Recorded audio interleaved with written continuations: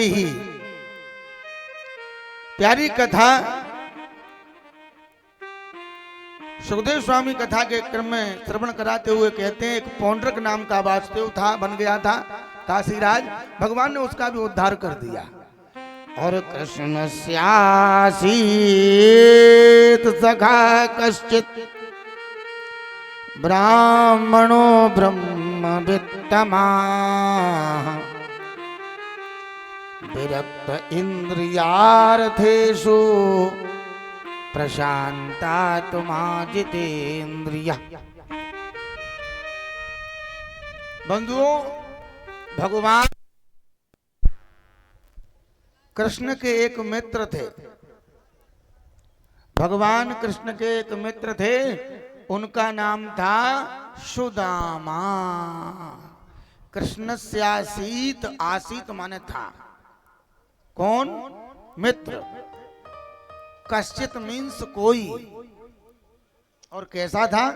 बोले विरक्त इंद्रियार्थेषु।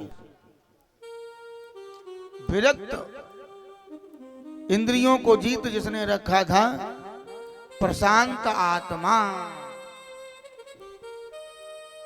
और जितेंद्रिय था। और सुदामा जी की पत्नी का नाम था सुशीला। क्या नाम था? हाँ। और सुदामा जी और द्वारिकानाथ बचपन में एक साथ पढ़े थे। सांदीपनी गुरु के यहाँ मित्रता थी उनकी, दोनों की। सुदामा जी अपनी पत्नी को कहते हैं, सुशीला को, सुशीला के औरन को धन चाहिए बावरी, ब्राह्मण को धन केवल भिक्षा। हमको धन की कामना ही नहीं, हम तो भजन करते हैं। बंधुओं, ऐसा भागवत जी में वर्णन है कि सुदामा जी के यहां कभी कभी तो एक टाइम भी भोजन नहीं बन पा रहा।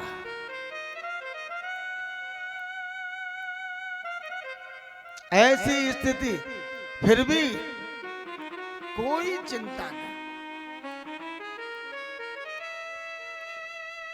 और सुदामा जी यही समझाते हैं, सुशीला ये ठाकुर जी का दिया हुआ सब कुछ ठीक है, जितना है उतना अच्छा है।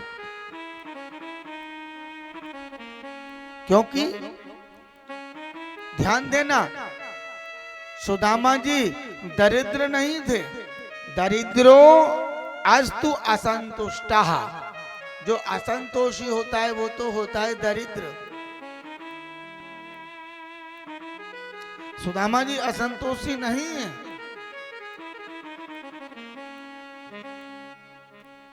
और सुदामा जी यही कहते हैं, सुशीला कि जब आवे संतोष धन, सब धन धूरे समान। जीवन में संतोष धन आ जाए, फिर कोई धन की कामना नहीं होती। सुशीला,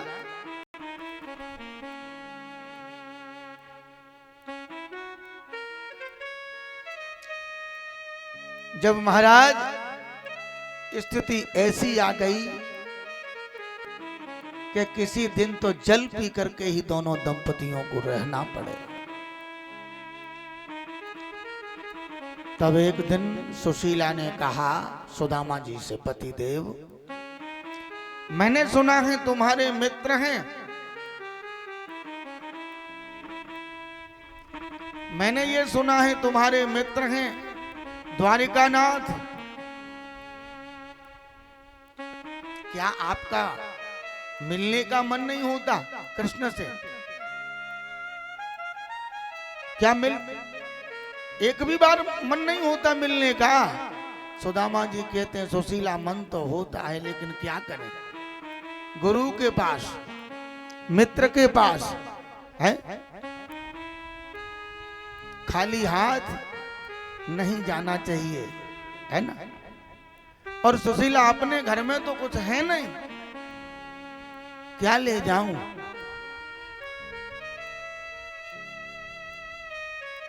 तो महाराज सुशीला निवेदन करती है, स्वामी मैं कुछ यत्न करूंगी। और सुशीला गई मांगने के लिए। याचित्वा चतुरो मुष्टिन विप्रान पृथक तंडुलान। सुशीला गई मांगने के लिए। तो जैसे ही गई ना, पड़ोस में सो एक बूढ़ी अम्मा बैठी धान कूट रही थी। सुशीला ने कहा एक मुट्ठी चावल मिलेगा क्या? सो झल्ला करके बोली कल ले गई, बाकू देवे ना आई, आज फिर आ गई मांगवे के ताई। सुशीला नहीं बोली। अगले घर में गई तो वो समझदार थी, उसने एक मुट्ठी चावल दे दिया। और ऐसे करके सुशीला ने 4 घरों से 4 मुट्ठी चावल एकत्रित किए और घर में ले आई। एक कपड़ा लिया पोटली बांधने के लिए, और सुशीला के यहाँ कोई साबुत कपड़ा भी नहीं। स्थिति ऐसी कि वो कपड़ा 50 जगह से फटा हुआ। सुशीला ने उसको सिला और सिल करके उसमें पोटली चावल की बांधी और कहा स्वामी के नाथ जाओ चले द्वारका। प्रभु चले जाओ। क्यों? कि इस नगर में गुजारा, अब इस नगर में गुजारा नहीं। क्यों? कि दूर कर देंगे दुख मुरली वाले, और किसी का भरोसा नहीं, इसलिए चले जाओ ना। बंधुओं, सुदामा जी जा रहे हैं।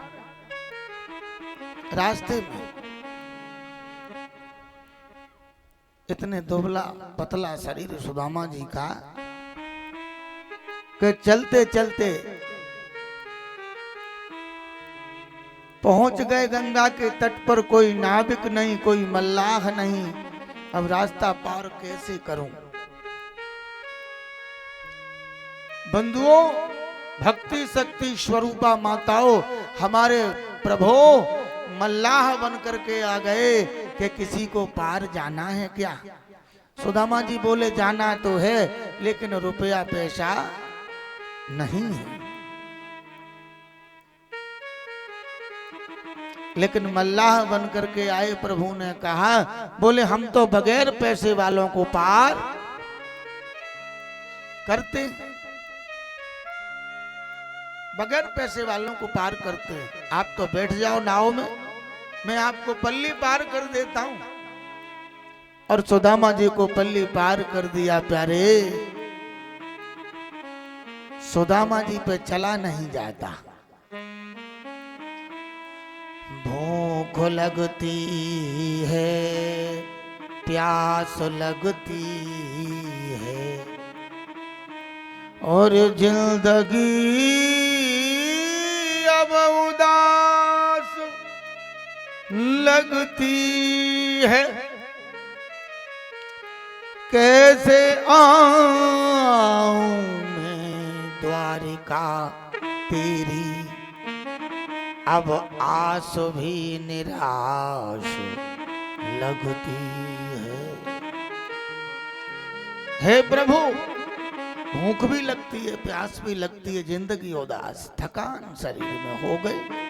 मैं तेरी द्वारिका कैसे आ पाऊंगा? अब तो मैं नहीं आ सकता। इसलिए मन में बड़ी भारी चिंता है और बैठ गए नदी के किनारे पर। क्या करें, कुछ मैं आया कुछ तुम आओ, अब चला न मुझ पे जाता है, और जब ही समझूंगा प्यार कि कुछ प्यार तुम्हारा होता है। हे गोविंद, कुछ तो मैं आ गया और अब तुम आ जाओ, मेरे से चला नहीं जाता।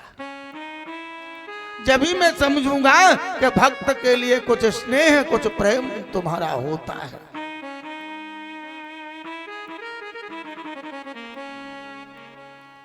बंधु और सुदामा जी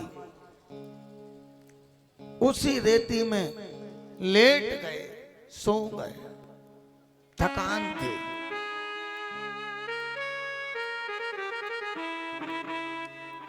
और जैसे ही सोए ना, बंधु मेरे द्वारिका नाथ ने अपनी योग माया को आदेश दिया कि सोए हुए सुदामा को द्वारिका के समीप में सुला दो। और जैसे ही सुदामा की आंख खुली तो क्या देखते हैं, बड़े बड़े प्रासाद, बड़े बड़े महल, बड़ी बड़ी अट्टालिकाएं देखते हैं सुदामा जी। एक व्यक्ति से जाकर के उन्होंने पूछा, भैया ये कौन सो गांव, कौन सी नगरी है? तो महाराज एक बोलो आकर के, अरे भैया ये तो द्वारिकापुरी छे, ये द्वारिकापुरी है। सुदामा जी बोले,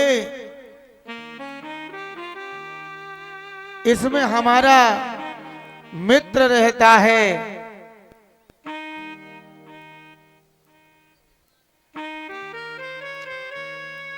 इसमें हमारा मित्र रहता है,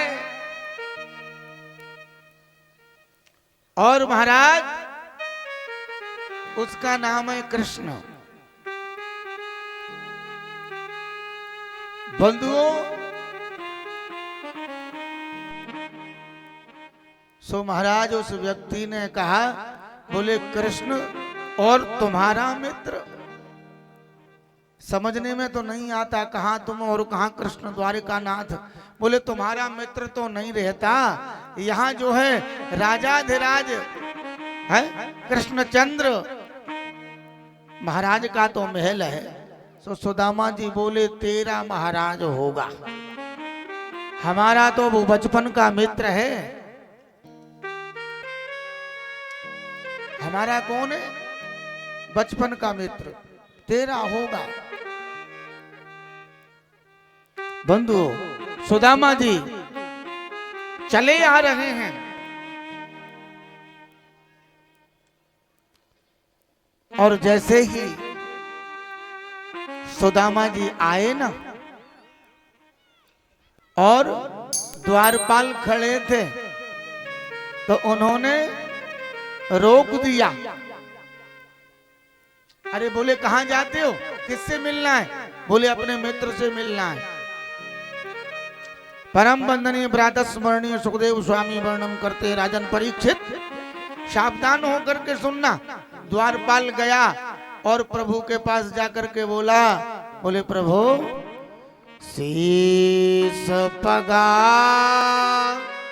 न जगा तन में, प्रभु जान के आए बसो के ही ग्रामा, धोती फटी से लटे दोपटे,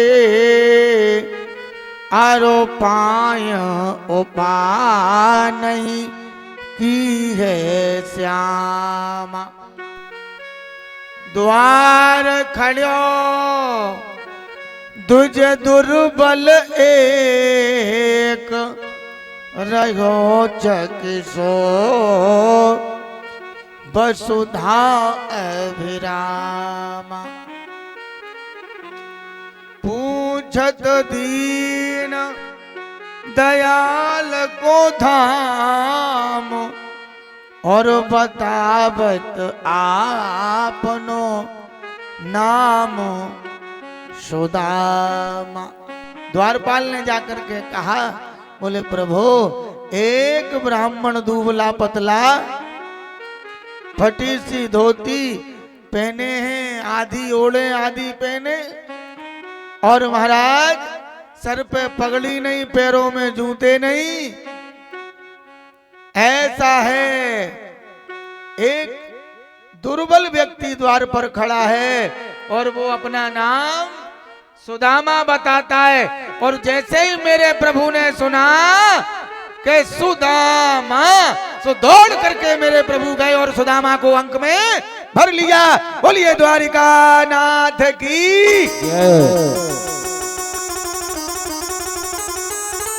सुदामा जी को अंक में मेरे प्रभु ने भर लिया और कहा, अरे मित्र, बड़े दिनों के बाद आपसे मिलना हुआ। हाँ, इतनी तो सुन लिया करो, मैं कह रहा हूं द्वारिका नाथ गले मिले। हाँ, आ जाओ, अब सीधे आ जाओ, सीधे आ जाओ सुदामा जी और कथा सुन लो और यहाँ बैठ जाओ, ले आओ। परम वंदनीय प्रातः स्मरणीय सुखदेव स्वामी वर्णन करते हैं राजन परीक्षित। हाँ,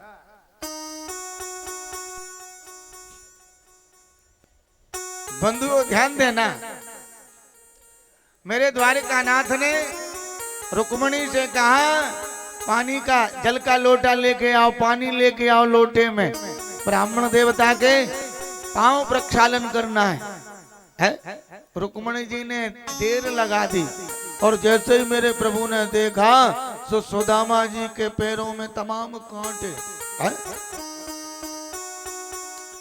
मेरे प्रभु ने कहा कि हाय महा दुख पायो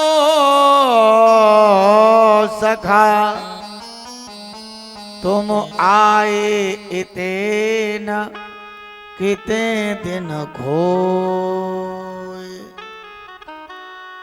और पानी परात को हाथ छुओ नहीं, नैनन के जल सो पग धोए। बंधुओं, जब तक रुक्मणी माता जल लेकर के आई तब तक तो मेरे प्रभु ने अपने आंसुओं से सुदामा के चरणों को प्रक्षालन कर दिया। और देखिए भक्त वत्सलता मेरे प्रभु की, सुदामा के पैरों में लगे कांटे मेरे प्रभु दांतों से निकाल रहे हैं, मुख से, ऐसा अनुराग। बंधु, आज सुदामा जी और कृष्ण का मिलन हुआ और आपस में दोनों मित्र चर्चा करते हैं। बोले दादा, सुदामा दादा, तेने ब्याह कर लियो? बोले हाँ जी। बोले तेने मुझे बुलायो ना विवाह में? और इतने में क्या हुआ सज्जनों मालूम है उत्तम भैया? द्वारिका नाथ ने इशारा कर दिया महल में, सो सब रानियां पटरानियां सब नंबर बाई नंबर लाइन। बोले आज द्वारिका नाथ के बगल में बैठने वाला ऐसा कौन अद्भुत ब्राह्मण है, अद्भुत व्यक्ति है? तो आ गई पटरानियां और भगवान ने इशारा पहले ही कर दिया कि प्रणाम करो। सो रुक्मणी के बाद नंबर लगा दिया, मैं रुक्मणी प्रणाम करती हूँ, मैं मित्रवृंदा प्रणाम करती हूँ, मैं नग्नजति प्रणाम करती हूँ, मैं सत्या प्रणाम करती हूँ। ऐसे करके बोलने लगी पत्नियां और सुदामा जी आशीर्वाद देने लगे। बोले देवी चिर सौभाग्यवती भव, देवी चिर सौभाग्यवती भव। ऐसे करते तकरीबन 50-100 पत्नियों को भव भव। अब दुबले पतले बेचारे सुदामा सो बोले द्वारकानाथ कृष्ण से, बोले लाला इतकू अयो। हाँ कहा कह रहे हो दादा? बोले ऐसे नहीं, कान कू करो मेरे पास। सो धीरे से सुदामा ने कहा, बोले जे बता कन्हैया, जे पूरा मोहल्ला की है सबरी के तेरी यही है? सो द्वारकानाथ बोले दादा सब आपकी कृपा है। तो सुदामा बोले वाह, मैंने एक ब्याह करो और ताको तेने और हानो दे दियो के मोह ना बुलायो है, और तेने एक विवाह कर लिए, एक आध में फोन भी कियो है? अरे फोन कर दे तो। अरे दादा कहा बताऊं, एक विवाह ढंगते ना भयो। हाँ सबरे विवाह रार से ही भय। हाँ अब मौको ही ना मिलो। बोले सुदामा दादा मेरे विवाह को कार्ड भी ना छपो, सब लाठी चली, युद्ध कर कर के विवाह। अब तो बुलाए के कहाँ खबा तो है? क्यों आशु भदौरिया जी, समय ही नहीं मिला तुमको बुलाने का? ऐसी दोनों मित्रों में आपस में चर्चा चल रही है।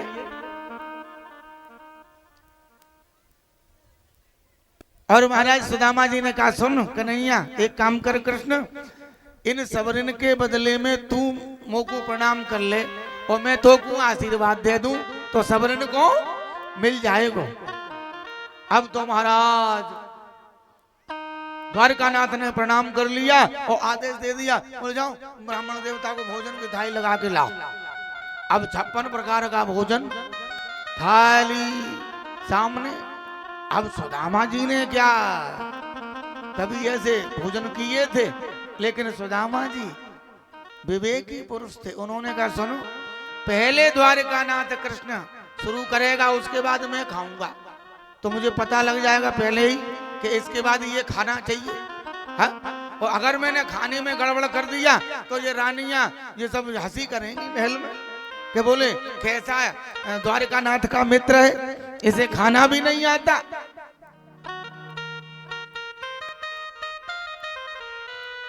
अरे साहब ऐसी ऐसी मिठाई बनी है,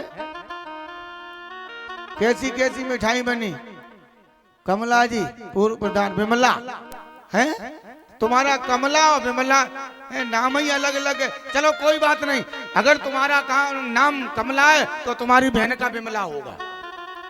मैं कह रहा हूं एक बार जोरदार तालियां। और अगर तुम्हारा विमला है तो उसका कमला होगा। ये कमला विमला तुम ही दोनों होंगी, है ना?